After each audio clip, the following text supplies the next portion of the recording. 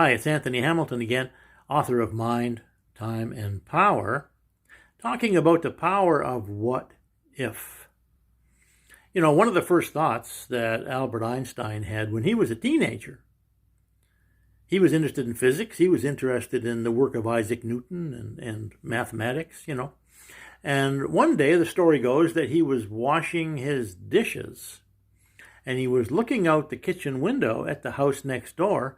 The neighbor was on the roof. And he was hammering something on the roof, putting some new shingles or something on the roof of his house. And so Einstein said, well, what would happen if he dropped that hammer? And the answer came to him, well, it would fall to the ground, right? Gravity, And then he said to himself, well, what if my neighbor dropped the hammer and fell off the roof at the same time?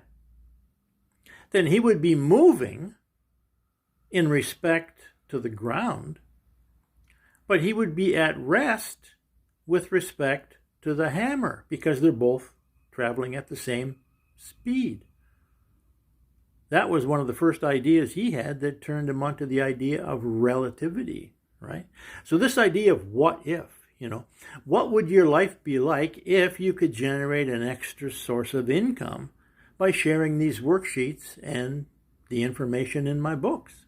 Starting a little discussion group, starting a little life planning discussion group, a life planning book club. Share my books, get people to read them, get people to try these worksheets. Like I said, you can get the worksheets for free on my website, mindtimeandpower.com. So just get the worksheets, fill them in yourself, see what happens. You'll find it starts to stimulate your thinking. And when your friends do the same thing, you can start with this particular worksheet or that particular worksheet. One of the worksheets I talked about already is the past successes list. Things you've done in the past that were successful. Learning to play an instrument, maybe. Learning to dance, Learning to speak a foreign language. Learning to drive a car.